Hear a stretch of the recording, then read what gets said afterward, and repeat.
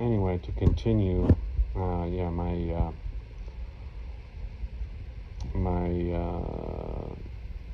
video storage is, it's always filling up too fast. So anyway, okay, so yeah, I like my Miller. If I could afford to buy a brand new, what do they call it, a Trailblazer, or these newfangled welders that have such high frequency, and you can just weld on a head, stone cold. That's kind of scary, because if I were to weld on a high dollar cylinder head stone cold, I don't think I could do it right away like that, because that's a lot of money. You'd be breaking. All right. Certain cylinder heads have a certain way of telling you, hey, I'm too cold, or I don't like to be welded on. And here's a perfect example. These are air-cooled heads. They came out probably about 20 years ago. They were in Northern California. I swear to God, no matter how you would try to weld those, they would be talking to you, like cracking and, making all these weird sounds. Usually when you preheat, it basically, what am I trying to say? It relaxes the aluminum, and it's not such a jolt to it when you try to weld on it. And I would think that would be even with these new welders the same way. How would you like to be, if a human body could be welded upon, how would you like to be welded upon stone cold? That's the most brittle point of temperature, so I could be just, flopping my jaw here. So I still think, even though, of course, if you Google it and you look it up, there's still old-time welder dudes that preheat certain things. These newfangled welders, though, I'm not sold on them. Okay, and maybe one day I'll try one. But again, I'm almost like poverty level type of machinist, and welder. So I can't go and lay down, that kind of dough, on things, I still have to go with my old reliable, and,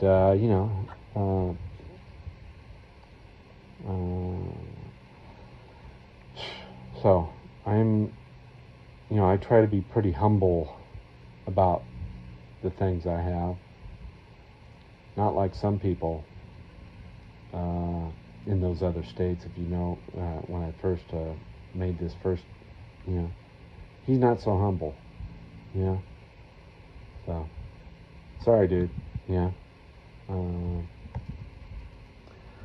But anyway, so like my old stuff, it works great, and until the day it just completely gives it the ghost, I'm going to continue with this.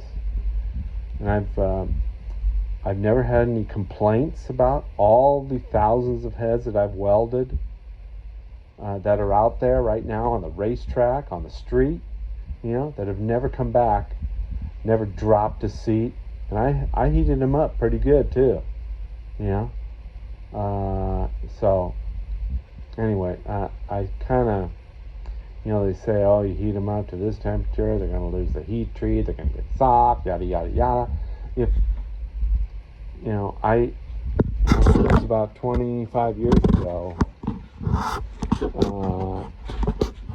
before any aftermarket heads came on the market for Volkswagen, we used to have to take a head like this, okay, and make what they call a spread port. And I've done, it was 3 pair in my lifetime. You're talking a lot of material. Okay, I TIG welded up all my spread bores, and they turned out pretty badass, you know. Thing of it is, I didn't make enough of them. Well, because there's just so much work involved, and nobody wants to pay that kind of money for them. You know, it's still. But the fact of the matter is that it didn't soften the material to where, you know, just, you know, melted. And I did it in stages. One day I'm going to do another pair before I kick it. You know, I should have about another 20 years left, and I'll bring you through the procedure on what it takes to do that, because there's a lot of do-it-yourself people that like to do these kind of things. You know, that's mainly why I started this channel. You know, there's a lot of people, a lot of do-it-yourselfers out there that want to do it themselves. They don't want to go to some shop and spend $100,000 for an engine, or, you know, $50,000 for cylinder heads. You know, that's for the rich and famous. You know, we don't do things here like that. You know, we get, you know, of course, I'm not dealing with 4,000, 5,000, 10,000 horsepower engines. You know, not that I couldn't work on them. I could easily work on it, you know, but I'm more of the underdog, you know, when it comes to performance automotive parts. You know, things like this, like this. You know, so I love a V8. You know, I love V8 engines. I love all engines, aircraft engines. I've dealt with a lot of different ones, but anyway, so I apologize for my ramble, and anyway, hope everybody's doing well.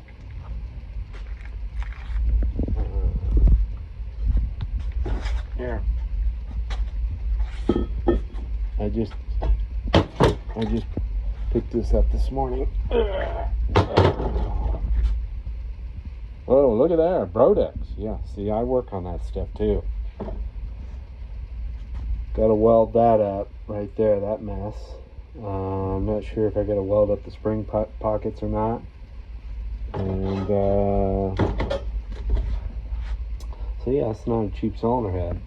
You know, it's not a billet head, it's a cast head, you know. So anyway, so I'm going to use my old beat up welder to weld this up. It works just fine. So